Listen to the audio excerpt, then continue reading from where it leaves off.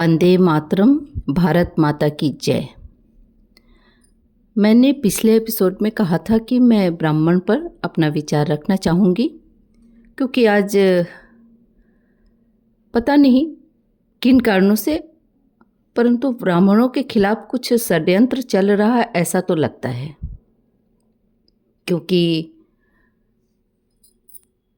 बहुत जगहों से और चिंतनीय यह है कि विश्वविद्यालयों से यह आवाज़ उठती है कि तिलक तराजू और तलवार इन्हें मारो, जूते चार और ब्राह्मणों भारत छोड़ो। इसलिए ऐसा लगा कि थोड़ा ब्राह्मण पर बात करना चाहिए कि आखिर ये हैं कौन। तो पहले शाब्दिक अर्थ लेते हैं। यास्क मुनि के अनुसार ब्राह्मण वह है जो ब्रह्म को जानने वाला है। ब्रह्म जानाति ब्राह्मण। अब ब्राह्मण का मुख्य कार्य क्या होता था? तो इनका मुख्य कार्य पारंपरिक रूप से शिक्षक और पुरोहित वाला था। वेदों का अध्ययन करना, ज्ञान प्रसार करना, धार्मिक कार्यों को करना और समाज के अन्य वर्ग को शिक्षित करना। अन्य वर्गों की अपेक्षा ये सम्मान ज़्यादा पाते थे क्योंकि गुरु पद पे थे। और ऐसा नहीं लगता है कि हाँ भाई केवल अपने ही जो ब्राह्मण के पद पे बैठे हों, गुरु पद पर बैठे हुए लोग हों, उन्हीं के बच्चों को ये पढ़ाते थे, उन्हीं के बच्चों को शिक्षित करते थे, या यज्ञ दान आदि उन्हीं से करते कराते थे। सॉरी, दान नहीं, अनुष्ठान उन्हीं से कराते थे। ऐसा कुछ नहीं मिलता है, ऐसा कोई विवरण नहीं है।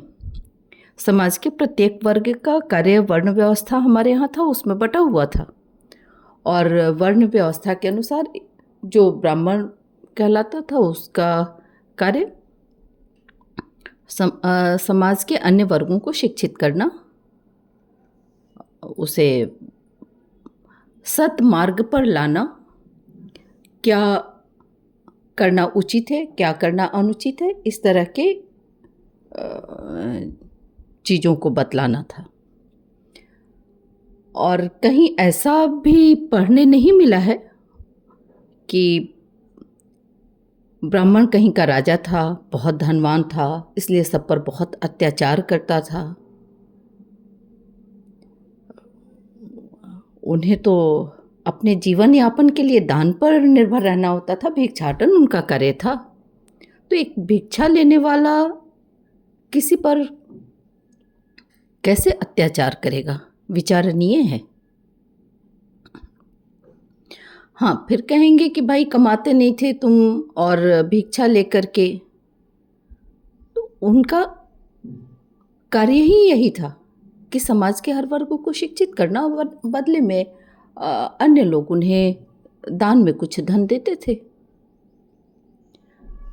अगर राजपुरोहित होते थे तो ठीक है, उनका जीवन कुछ संपन्न होता था, अन्यथा तो ऐसी संपन्नता उनके पास नहीं होती थी।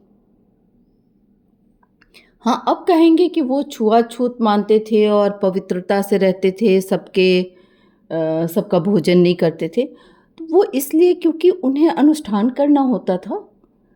कौन किस वृत्ति से अपना धन कमा रहा है, उसको शुद्धता की दृष्टि से वो ग्रहण करते थे या नहीं करते थे। आज भी जो अनुष्ठान करने वाले हैं, यज्ञ करने वाले हैं, उन्हें किस विधि से धन उपार्जन किया गया है इसका ध्यान रखना होता है, वह जरूरी है। तो इस रूप में अगर आप कहें कि वो छुआछूत मानते थे तो भाई उसके लिए कुछ कहा नहीं जा सकता है। चलिए अब आज के संदर्भ में देखते हैं कि ब्राह्मण कौन है। तो मेरे विचार से आज जो शिक्षक हैं, स्कूल में हूँ, यूनिवर्सिटी में हूँ, कॉलेज में हूँ, वो सभी ब्राह्मण हैं, किसी भी पंथ परंपरा के हों, जो आपको धार्मिक मार्ग पर ले जाने वाले हैं या उसका रास्ता बतलाने वाले हैं, वो सब ब्राह्मण हैं। वो चाहे हिंदू हों, बौद्ध हों, जैन हों, क्रिश्चियन हों, मुस्लिम हों, पारसी हों या अन्य भी कोई भी पंथ हो, उन सब में जो भी धार्मिक गुरु जिसको कहा जाता है, अलग अलग नामों से बुलाया जाता है। कहीं फादर हैं, कहीं बाबा जी हैं, संत हैं, कहीं मौलाना हैं, लेकिन हैं वो ब्राह्मण ही। हमारे सनातन परंपरा के अनुसार चूंकि वो शिक्षा दे रहे हैं तो वो ब्राह्मण ही होते हैं। तो भाई साहब, मैं आपसे ये कहना चाहूँगी कि आप अगर इस तरह की बातें करेंगे कि ब्राह्मणों भारत छोड़ो, यानी आपने शिक्षा को, आपने अपनी धार्मिक परंपराओं को भारत छोड़ने की बात कर रहे हैं, फिर आपके पास क्या रह जाएगा, क्या बचेगा? अगर आप व्यापार करने जाते हैं तो भी कोई तो आपको शिक्षित कर रहा है, किसी से तो आप मार्गदर्शन ले रहे हैं। तो आप मार्गदर्शन लेके उनके सिर पे 4 जूते मारेंगे और कहेंगे कि आप भारत छोड़ो। आप कोई भी गुण सीखने जा रहे हैं, बहुत जो कहा जाता है कि अरे हम तो नीचे स्तर के करते हैं और ये वो, खैर मेरी नज़र में नीचे स्तर का कोई भी कार्य नहीं है, क्योंकि किसी भी कार्य के बगैर समाज नहीं चल सकता है। तो कहीं ना कहीं से, किसी न किसी से आप सीखते ही हैं कुछ भी करने के लिए। तो जो भी शिक्षित कर रहा है वह सब ब्राह्मण है।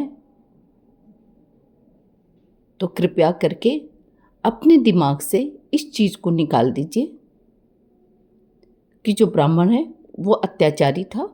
हाँ, कुछ समय फिल्मों के द्वारा बहुत ब्राह्मणों को अत्याचारी दिखलाया गया, लेकिन आप देखिए ना पढ़कर, कब ब्राह्मण बहुत संपन्न था, कब? सोचिए। हाँ, आज दान ज़्यादा जा रहा है, बड़े बड़े आश्रम या अन्य पंथों में भी बने हुए हैं, समाज उनको ज़्यादा दे रहा है, और कुछ हैं जिनका ठाट बाट है, लेकिन जनरली ऐसा नहीं है। जरा समाज में जाकर के आज जाति व्यवस्था है, उसमें देखिए कि ब्राह्मणों की क्या दुर्दशा है। एक ब्राह्मण आज शौचालयों में काम करने के लिए मजबूर तो है, वो करता है। एक पीढ़ी ऊपर तक पुरोहिती का काम करता था, लेकिन बेटा नहीं पढ़ा, तो वह जिस काम को आप बोल रहे हैं कि गंदगी उठा करके सिर पर ढोता था, तो भाई साहब आज वो चीज़ नहीं है, परंतु सुलभ शौचालयों में आप जा कर के देखिए कि ब्राह्मण है कि नहीं है। लेकिन बतलाइए ना, उसको कौन सा अतिरिक्त सुविधा मिल रहा है। आज के समय में अगर बहुत ध्यान से देखिए तो सबसे ज़्यादा प्रताड़ित है, क्योंकि उसको सरकारी सुविधा इस नाम पर नहीं मिल रहा है कि वह ब्राह्मण है। चलिए, इस विषय पर मैं आगे बात करूंगी। आज बस मैं यही कहूँगी कि हाँ भाई, ब्राह्मण अत्याचार कभी नहीं किया है, और ब्राह्मण बहुत ज़्यादा धनवान कभी नहीं था। और अगर आप ब्राह्मणों को भारत छोड़ने के लिए कहेंगे, यानी आप निश्चित रूप से देश के दुश्मन हैं, क्योंकि शिक्षा के बगैर कोई भी देश आगे नहीं बढ़ सकता है, नहीं बढ़ सकता है, नहीं बढ़ सकता है। जय हिंद, वंदे मातरम।